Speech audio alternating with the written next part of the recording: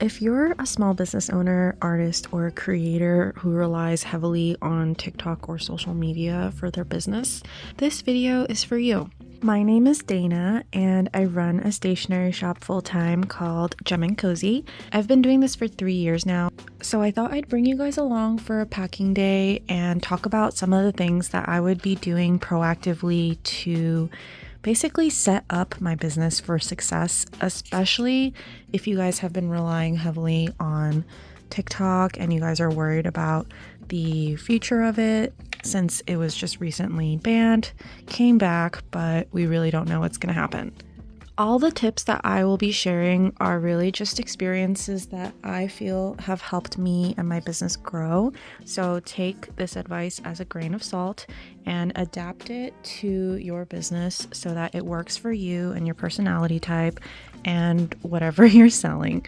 Social media is changing really rapidly, and there are so many different resources and platforms that we can use to benefit our growth. Everything that I will be sharing in this video are things that I truly believe that every creator and artist with a business should be doing already. So let's get started. The very first thing that I think that everyone should be doing if you feel that you're worried about social media changing or TikTok being banned permanently is an email subscription list. The main reason why is because that list will be people who care about your work, whatever you have to offer the most, and it will be through no other affiliation or platform. It's directly from you. So you have full control over who gets to view it, and you can promote any of your new products or, whatever it is. If you have a shop like me, you can share all of your new sticker, stationery drops. If you're more blog-based or service-based, you can share whatever you're promoting, and it just gives me a really strong sense of comfort knowing that I have a list of people who want to get updates from me, who are going to see my newest updates, and it's not going to rely on social media, because a lot of times people don't get to see the videos you're releasing. And that's really hard because if you post an update video on TikTok or Instagram, only a certain percentage of people who follow you are going to see that. So if you have an email list, you can also prioritize that and send out the email earlier so people get sales and discounts and I guess special promotions separately from your social media followers. And then that way they have more of an incentive, and I think there's just a stronger connection there. I also run a monthly stationery club, so I like to share all of my updates in the outgoing emails so that anyone who may be a new email subscriber will also see the updates for the stationery club, which is a snail mail club that I run separately on Patreon every month. So that would be also a great way to get a new audience to check out some of the other art products and services that I offer as well.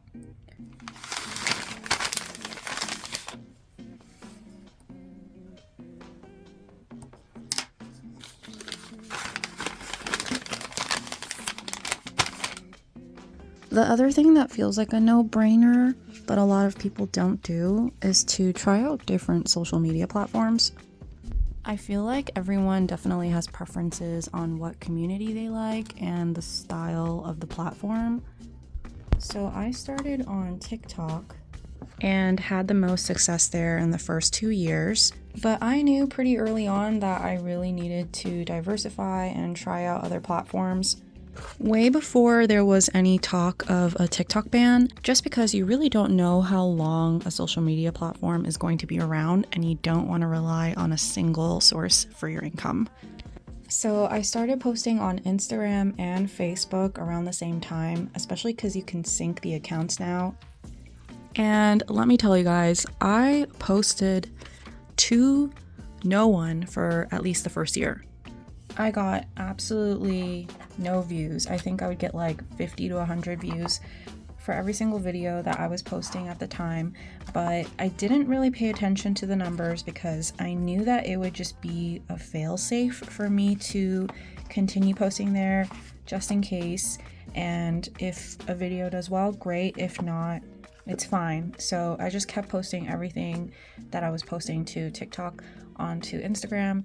And then I think a little after a year, I had a video that went viral, and then it was followed up by multiple viral videos that made Instagram my best platform of 2024. So don't be discouraged if you don't have traction building quickly. Just know that you're doing it for future you and your future business, especially because someone could find you somewhere else and be like, oh, they're on Instagram too, so let me go and follow them there. And then it kind of just keeps building up from there. The other suggestion that I have is to always use stories, both on TikTok and on Instagram. I always recommend to just connect your Instagram to Facebook so that you are automatically posting to Facebook every time you post anything on Instagram. I just find it a lot easier and streamlined. So I created Facebook after I had the Instagram because I wasn't really using Instagram at first. Then I was like, I really need to get on this. And the stories will automatically post on Instagram and Facebook together. This is a great way to just share random things you're doing, or maybe you packing an order if you sell things. You can highlight certain products or sales. Sometimes I'm just silly and I like to share things from my personal life, like my food or my dog, and that's a great way to connect with people. I noticed that a lot of people don't always find your posts, but they like to scroll through the stories, so there's a higher chance that they might catch what you're doing and be reminded of you and your business.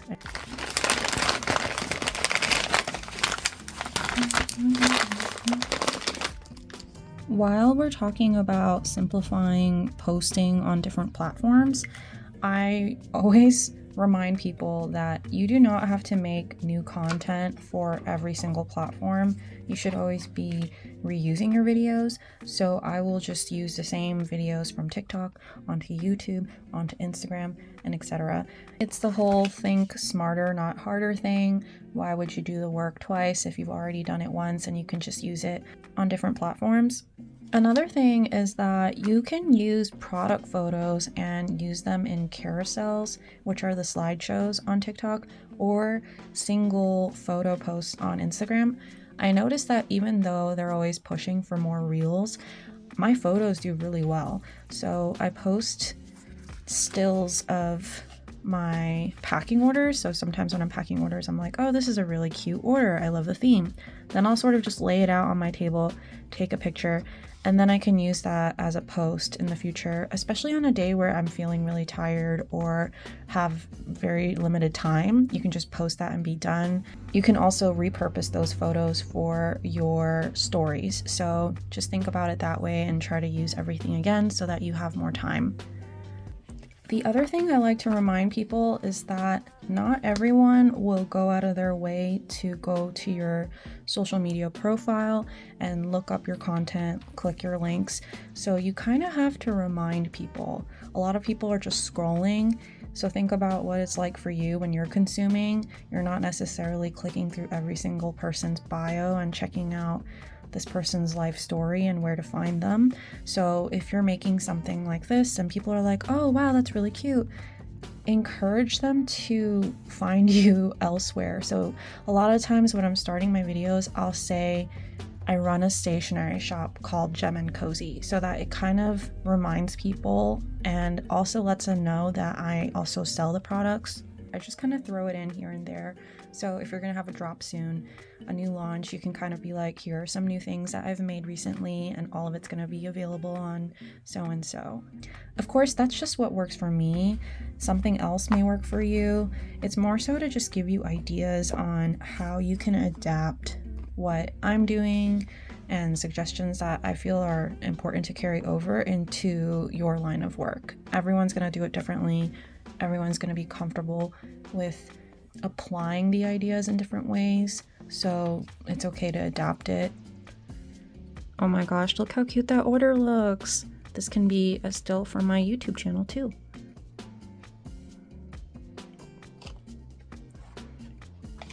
I think I want to do it like that and take a photo. Yay! I just took a photo for a future post, which I'm planning on using when I'm on vacation. This next piece of advice might be a little bit more specific to artists, but I feel like you can't really run an online business through social media as an artist or a creative person. Like, let's say you do clay art or you're a traditional like acrylic painter. It's really hard to stand out without sharing more about yourself. So I've noticed that a lot of people have enjoyed connecting with me more on a personal level. So I like to share things about my life and my interests, as well as my dog, and just normal kind of day-to-day things. Because at the end of the day, I feel like people are going to connect with you as a person before an artist. Of course, the topics of your work and your product are gonna matter, but I have a lot of snarky, kind of funny, dark humor stickers, and a lot of it comes from my personal experiences with my mental health, and I like to share that kind of stuff with people, not just the product, and I feel like that's helped me connect with people more.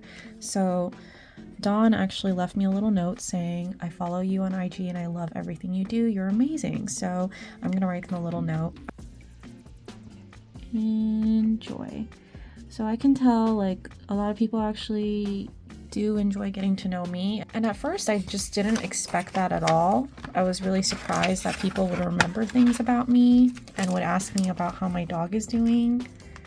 But people really like to connect with you and your personal interests, so I would say try to bridge sharing some of your favorite things, especially if it aligns with your business really well. Since I sell stationery products, I also like to share my junk journaling videos and any other crafty projects that I may be interested in at the time. I think a lot of us are trying to find people to connect with and be inspired by when we're on social media, even if we're not necessarily actively thinking that. So the type of videos that I gravitate towards are definitely things that I am kind of wanting or lacking in my life. So I like to watch people cook and share recipes with me because I want to eat healthier. I also love to watch people bake. Oh my gosh, my stomach just grumbled so loud. I also love to watch other artists and creators packing orders or sharing their art process as well. So those are also ways to kind of inspire yourself and think about what kind of stuff do I like to watch and why, and then think about that in reverse. Like, how can I share more about myself and more about my work to connect with more people? I had to take a lunch break. These are my overnight oats, and my boyfriend makes them so well. He puts honey in it, and we use soy milk because soy milk has more protein and nutritional value than oat milk, and I don't do well with regular milk because I don't know, I feel like I'm kind of lactose intolerant. And then he puts frozen fruit in it, and it's so good. I know that it can be really daunting to try to figure out how to build a community and how to start connecting with others. But I think the easiest way to get started is to actually just comment on other people's videos. So it can really be anything in or outside of your niche. I follow and support a lot of other artists, and I'll comment about how cute their art is or how much I love, their style or whatever it is. And they're all genuine comments, but I also have an opportunity to make friends and kind of network within my art circle, and it's super fun. I love it. I've made friends online who I have never met, and we text, we talk about our art lives and our business, and it's actually really great support because no one else will really know what you're experiencing unless they run a business that's really similar to yours. So it's really comforting. We can share tips and resources with each other. It's a win-win. So when you're scrolling through your feed and taking a break from thinking about your business, make sure you interact with other people. I love commenting on silly animal videos. I really love dogs, and even though I'm allergic to cats, I love a good cat video, so I will repost that shit. That's another thing. When you repost on TikTok, there's a little icon that will show up saying this person that you're following reposted this video. So it kind of feels like you're indirectly sending that video to every single one of your followers. And it could be like a really motivational video or a silly video, but they will think of you when they see your name and your little profile picture for the repost. So just keep that in mind. 2 more sticky notes in this order. This is a new one. This just skating along with the little snake. The other part is to respond to your comments. A lot of people don't, and I do my best to respond to everyone's questions, because if you don't reply to anyone on your social media, how will you connect with anyone? I know that some of the advice I shared may sound a little bit simple. Maybe it's stuff that you've already heard or you're already doing, but I really hope that there's at least one takeaway that you're leaving with this video, adding to your toolbox to help your business grow. Don't feel overwhelmed. Just take it step by step. If you're thinking, oh, I really should start getting on other social media accounts, maybe just download one for today and set up your profile. Everything will come with time. I just really don't want to see people saying that their business is failing because they rely solely on one social media platform, because I know what that feels like, and it's just not a good feeling to have with a growing business. So I wish you all the best of luck. Thanks so much for watching this video. If it was helpful, please leave me a comment or a like so that I know, and I will see you guys next time.